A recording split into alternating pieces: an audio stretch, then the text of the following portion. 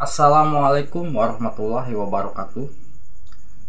Di video kali ini saya akan sedikit membagikan pengalaman saya di saat saya sedang membangun channel YouTube dan sudah diterima monetisasinya, tetapi tiba-tiba channel saya waktu itu terkena dismonetisasi ya. Padahal waktu itu saya sempat sebentar lagi mendapatkan gaji. Tetapi ya mungkin nasib channel saya itu harus bermasalah hanya gara-gara saya tergoda upload video-video yang mungkin video tersebut bisa mengundang penonton banyak. Memang terbukti waktu itu saya upload video tentang takbiran pas mau menjelang hari raya Idul Fitri ya. Akhirnya saya upload beberapa video dan isi videonya itu jujur saya edit sendiri ya. Saya ambil green screen yang ada di YouTube, saya sambungkan dengan video-video yang lainnya dan saya masukkan musik tersebut, musik takbiran. Dan ternyata hasilnya begitu saya upload, mungkin ada 5 video ya waktu itu. Tidak lama kemudian saya mendapatkan email kalau channel saya itu dihentikan monetisasinya ya. Dan ini terjadi mungkin sudah hampir 2 tahun ke belakang ya. Waktu itu saya belum tahu apa yang dinamakan dengan konten digunakan ulang, apa yang dinamakan dengan konten yang berulang, karena waktu itu saya belum sempat membahas tentang seputar per-YouTuban ya. Nah, hal yang harus dilakukan, mungkin saya harus menghapus video-video tersebut. Saya hapus ya, padahal penontonnya itu sudah hampir 1 juta lebih yang dari satu video.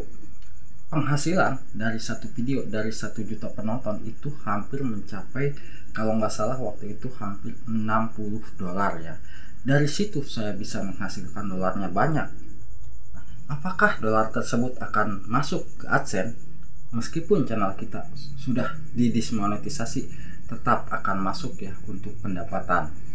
Karena channel kita itu bukan di-banned tapi dismonetisasi sementara iklannya dihentikan, dan kita bisa mengajukan selama 30 hari.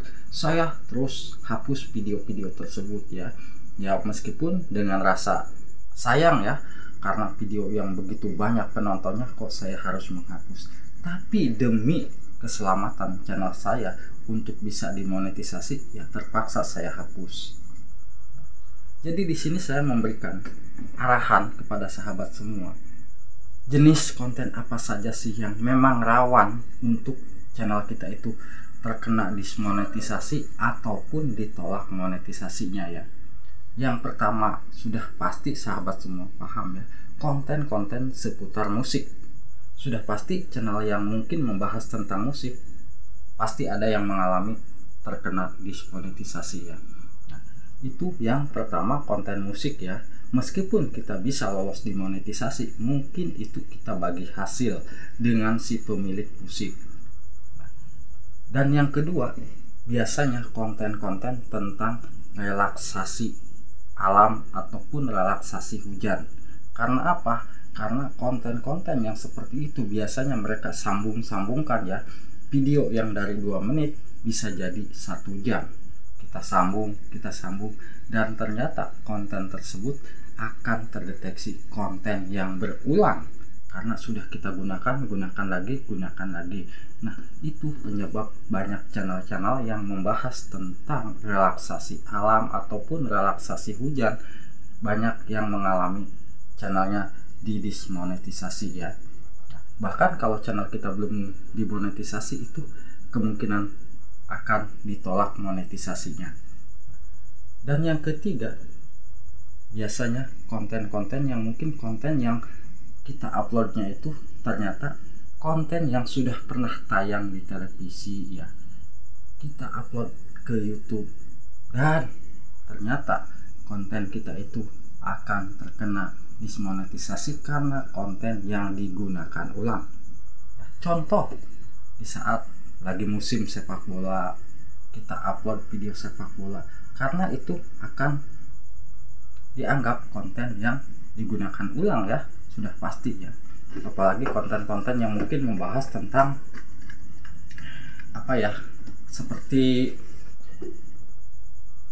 trailer ya, sebelum tayang kita tayangkan dulu di YouTube, ternyata kan itu sudah pernah tayang juga di televisi.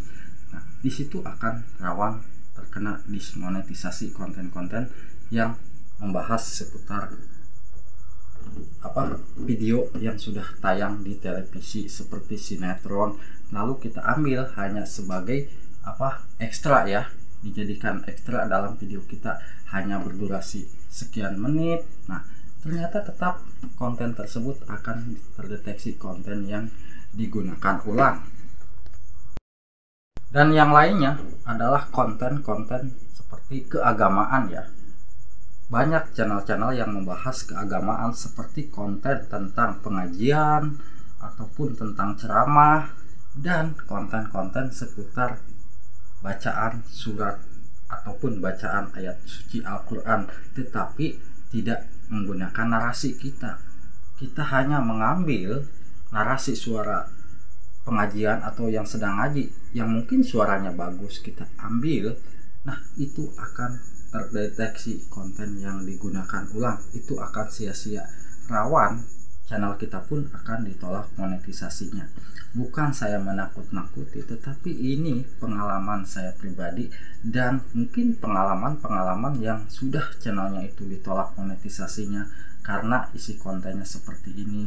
Bahkan ada yang channelnya didismonetisasi karena upload video yang mungkin tentang keagamaan yang tadi saya sebutkan ya, seperti konten pengajian, konten seperti ya dibilang ada orang-orang yang sedang ngaji tetapi kita ambil video tersebut, tapi pengajiannya itu sudah pernah tayang di YouTube.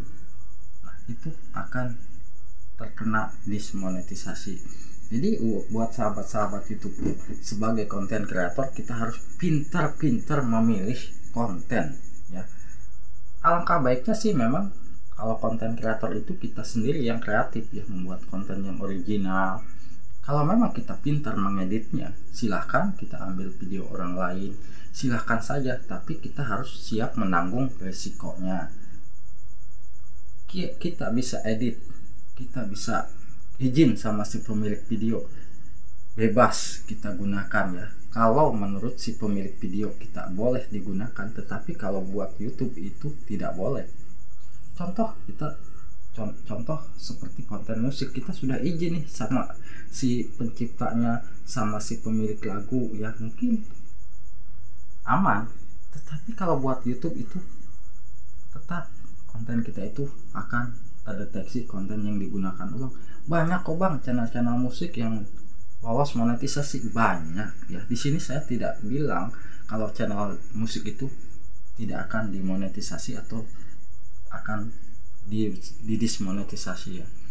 Banyak channel musik itu yang aman, bisa lolos monetisasi, bisa lancar monetisasinya, tetapi itu butuh tahapan-tahapan ya. Karena kita bisa aman monetisasi karena channel kita itu bisa bagi hasil sama pemilik musik, aman channel kita itu bisa dimonetisasi karena kita menyanyikan lagu kita sendiri ya, biasanya musik-musik, ataupun kita bisa menggunakan musik-musik orang lain tetapi kita menggunakan narasi suara kita. Nah, tetap itu pun bisa jadi kita akan bermasalah nantinya. Saat ini mungkin aman, tapi nantinya itu akan bermasalah. Saya bukan menakut-nakuti channel-channel seputar musik ya, bukan, tetapi kalau kita pintar-pintar mengeditnya silahkan konten musik, tetapi kita harus siap menanggung resikonya. Apapun yang kita buat pasti ada resikonya ya. Jangankan konten seperti channel musik, konten seputar YouTube pun itu akan rawan channelnya itu bermasalah. Kenapa?